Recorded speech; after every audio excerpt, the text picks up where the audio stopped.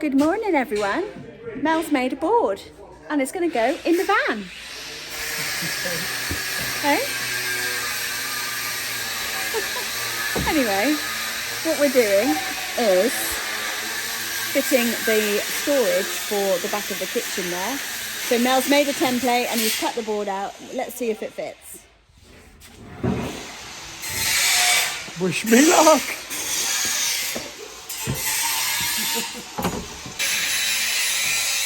Perfect. I'll ignore that bit. Don't worry about that bit. Because if you're going to come out and across the level of that bit, it's because of this curvature here. Yeah. We want it squared. Yeah, this is going to be straight across here. And because of this step and this curvature bit, I'm going to make that come out there and then go level with that bit there.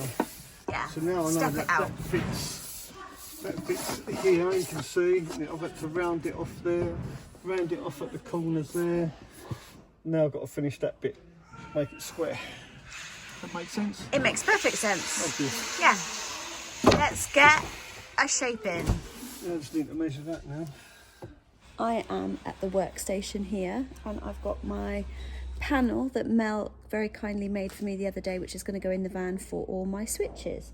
So what I've done so far today is I'm using a couple of props to work out how I want the layout of my switch panel. So here are my little 12-volt lights, which this one is a spare one, but these I got from Camper Interiors online, so I'll link the website down below because I got all my lighting from there and they do some fantastic 12-volt things for your camper. So anyway, I'm pretending that this is my pump switch, which is in the post as we speak.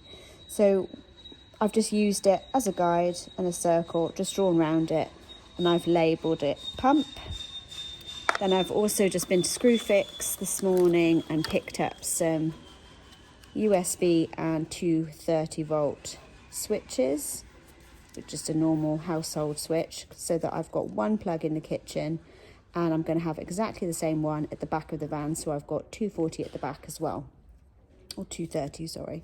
So again, I've just done the same thing as I've just put the faceplate down on the board, drawn around it so that I've got a layout of what I want on this plate before I cut it. And then the final things are, I've got 3 of these, which are dimmable switches, which are also 12 volt from Camper Interiors. And they've just got a lovely, sleek, matte black design, as you can see. And they are going to go up the top here. So I'm going to put one in the middle to mirror this one down here. And then as and when I want to add switches, I can add one here and here. And the same with here and here. So starting in the center, it means that if I want to add more switches later, it visually looks nicely laid out. Because I'm like that. I like it to look equal and aesthetically pleasing. So yeah, that's all planned out and ready to go. So I can add on more if I want. That's going to be left now until the switches actually arrive, because this one hasn't come in the post yet.